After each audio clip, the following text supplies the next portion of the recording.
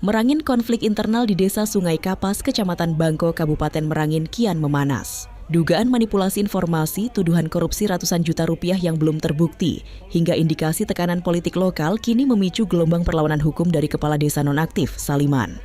Akar polemik ini kian keruh setelah beredar tangkapan layar percakapan WhatsApp di grup warga desa. Narasi dalam pesan tersebut mengklaim bahwa Kapolsek Bangko, Ibtu Adri Sukam, mendukung upaya penggulingan Kades Saliman dan menyebut kepolisian telah menemukan unsur pidana dalam pengelolaan AAPIBDS. Menanggapi narasi yang beredar, Kapolsek Bangko Ibtu Adri Sukam membantah keras tuduhan bahwa pihaknya berpihak dalam konflik internal tersebut. Adri menuding narasi liar itu disebarkan oleh oknum provokator berinisial M. Adri menceritakan, dinamika bermula dari musyawarah desa, Musdas, pada 10 Februari 2026 yang diwarnai tingginya tensi warga. Sebagai pejabat baru, ia menginisiasi mediasi di Mapolsek Bangko pada 15 Februari 2026 untuk mencegah bentrokan sebelum audiensi besar digelar. Saat mediasi di Mapolsek, hadir warga, sekdes, dan ketua BPAD. Saya tegaskan, jika ada bukti dugaan tindak pidana, silakan tempuh jalur hukum. Pernyataan itu yang diduga dipelintir M di grup desa, seolah-olah Polsek mendukung dan sudah menemukan unsur pidana. Tegas Adri. Situasi mencapai puncaknya pada audiensi 17 Februari 2026. Di bawah tekanan massa yang memanas, Kades Saliman sempat menandatangani surat pengunduran diri, sebuah aksi spontan yang diakui Adri mengejutkan banyak pihak. Panggil kedua belah pihak di Polsek pada tanggal 15 Februari. Dan foto-foto yang beredar itu adalah foto saat di Polsek. Selain dari Mat Soleh dan rombongan, juga ada dari pihak desa. Itu dari Desa Sungai Kapas, Sekdes, dan Ketua BPD. Dokumentasi saya ada dan laporan juga ke Polres pun saya lengkap. Nah, saat itu saya menyampaikan ke perwakilan masyarakat Mat Soleh, kalau memang ada bukti tentang dugaan korupsi dari kepala desa, silahkan laporkan, boleh jelas di perkaranya. Kalau beliau tidak tahu jalannya, nanti anggota saya mendampingi untuk melaporkan.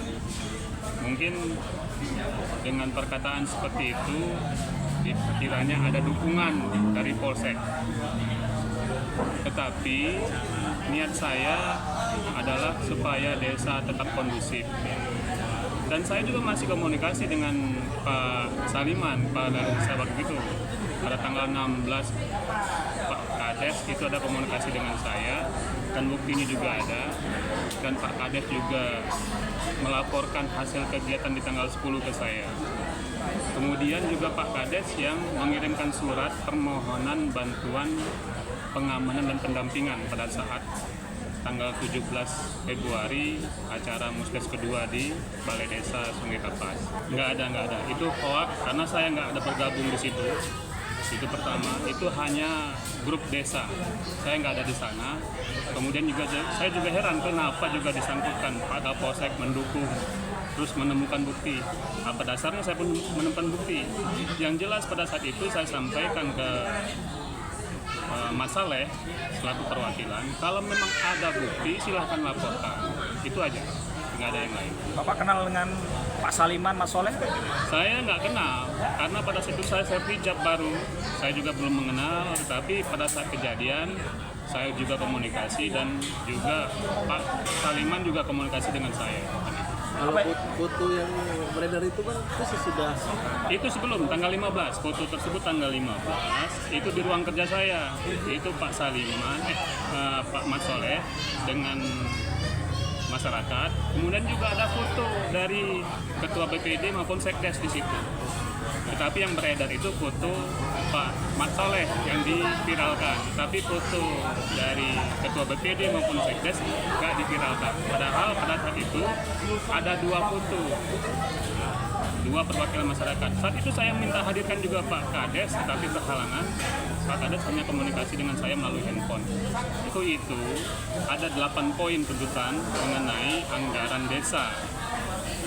Saat tanggal 10, Pak Kades belum bisa menyampaikan jawaban dan dituntut lagi untuk memberikan jawaban di tanggal 17 bulan Februari. Apakah terkait 700 juta, Pak? Iya, kurang lebih terkait masalah 700 juta rupiah itu. Masa waktu itu berapa, Pak? Masa pada saat itu kurang lebih ada 200 orang.